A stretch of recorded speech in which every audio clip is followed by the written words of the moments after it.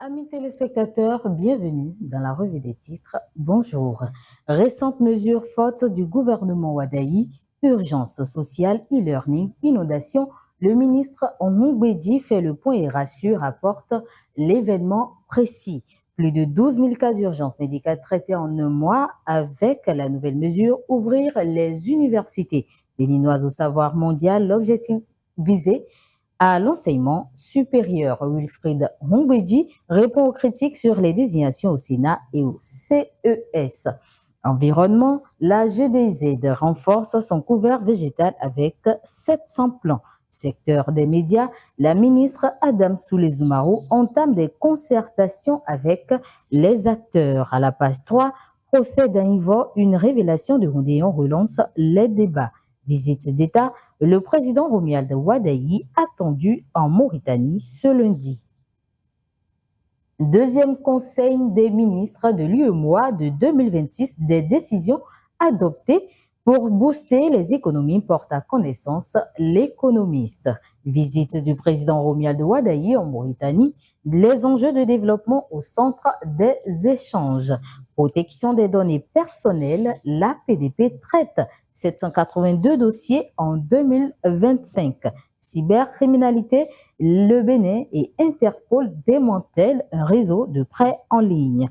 Marché financier, agrément du FCP Saphir, liquidité en qualité d'OPCVM par l'AMF UMOA.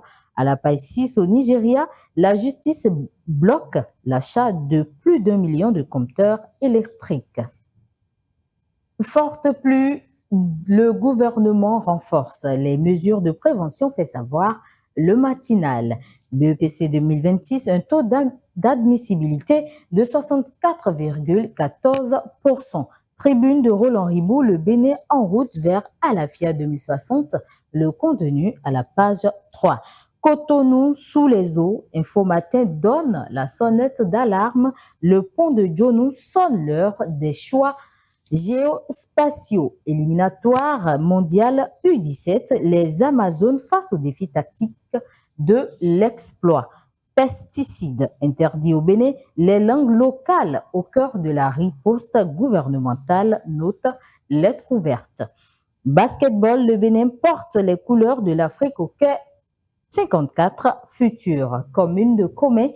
À la page 6, l'insécurité grandissante inquiète les habitants du quartier Hôtel de Ville. Environnement et santé publique dans le département de la Liborie, le potentiel dénonce l'insalubrité qui gagne dangereusement du terrain à Malanville. Puisard à ciel ouvert, eau usée stagnante, faux sceptiques sur les voies publiques, le contenu à la page 3. Vandalisme du réseau électrique, la SB2E alerte sur un fléau aux lourdes conséquences. Première session des consultations diplomatiques, le Bénin et l'Angola ouvrent un nouveau chapitre de leur coopération.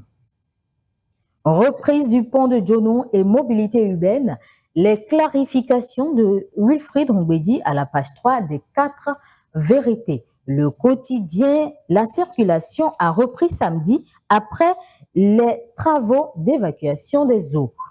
Élection du successeur de Mathurin Deschacus le 22 août.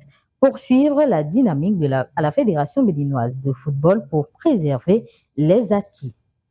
Festival international du pain édition 2026 à Parakou. West Africom annonce les couleurs d'un événement du 20 au 22 août, informe Dabarou à la page 2. Rencontre des adeptes des religions endogènes du Borgou, Alibori et de Capé. La foi ancestrale célébrée dans sa diversité à Parakou.